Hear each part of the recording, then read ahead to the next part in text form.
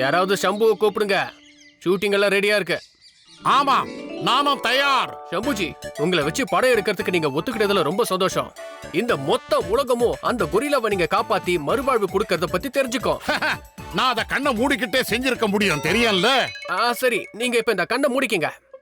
இப்ப அது எப்படி இருக்குன்னு பாக்குறேன். அது ரொம்ப சுலபம். 1 2 and 3.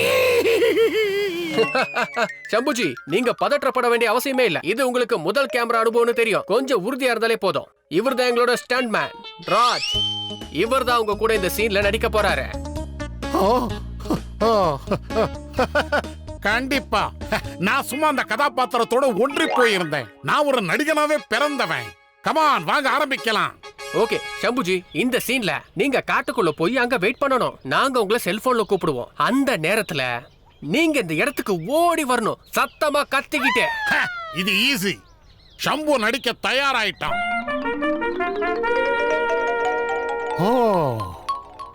ஒருவேளை ரொம்ப தூரம் நடந்து வந்துட்டோமோ? ஏன் இன்னும் அவங்க என்ன கூப்பிடல? ஓஹோ, என் பேட்டரி லோ ஆயிடுச்சு. அங்க ஷூட்டிங் ஆரம்பிச்சிருக்கோம். நான் திரும்ப அங்க போறது நல்லது.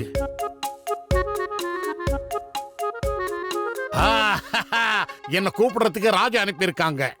ஹே ராஜ், ராஜ் வெயிட் பண்ண, நான் வரேன். ஹே ராஜ், ராஜ் வெயிட் பண்ண, வரேன்.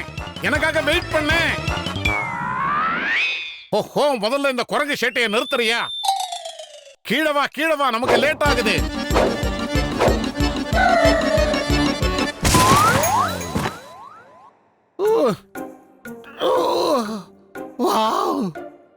ராஜ், நீ இவ்வளவு வெயிட்டா இருப்பேன்னு எனக்கு தெரியாது. நான் இப்ப உன்னை இழுத்துட்டு போறதுதான் நல்லது.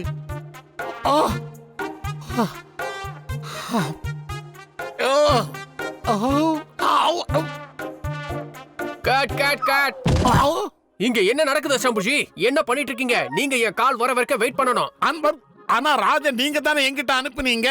ராஜா, ராஜ் வேன்ல தானே உட்கார்ந்துட்டு இருக்கான். சரி, ராஜ் வேன்ல இருக்கான்னா இந்த காஸ்டியூம் யார் போட்டுட்டு இருக்கிறது? சரி, இந்த மாஸ்க நானே கழட்டுறேன். உண்மையான கொரில்லா. சம்புஜி ஒரு ராட்சச கொரில்லாவை பிடிச்சிட்டாரு. அட்டகாசம். நாம படமாக்க தேவையில்லை, நம்ம கிட்ட நிஜமாவே இருக்கு. ஆமா, நான் முதல்லயே சொன்னேனே, நான் ஒரு பிறவி நடிகன்னு. நான் பாத்துக்கிட்டே தான் இருக்கேன். சம்புஜி, உங்களால இன்னொரு கொரில்லாவையும் பிடிக்க முடியுமா?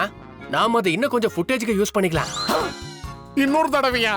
இல்ல இல்ல, சம்பு ஒருபோதும் ரீடேக் பண்ண மாட்டான். சரி, பரவாயில்ல, தேங்க்யூ. நாம உண்மையா யாருக்கு நன்றி சொல்லணும் தெரியுமா? என் கோஸ்டாருக்கு.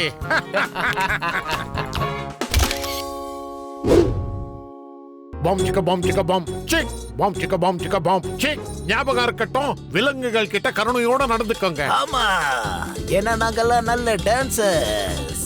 எந்த ஒரு மிருகத்தையும் நாங்க இதுல பொன்படுத்தல, சத்தியமா சொல்றோம். எக்காரணத்து கொண்டும் மனிதர்களை துன்புறுத்த மாட்டோம். கண்டிப்பா மாட்டோம். இன்னும் என்ன லுக்கு? டக்குனு சப்ஸ்கிரைப் பட்டன் நமக்கு.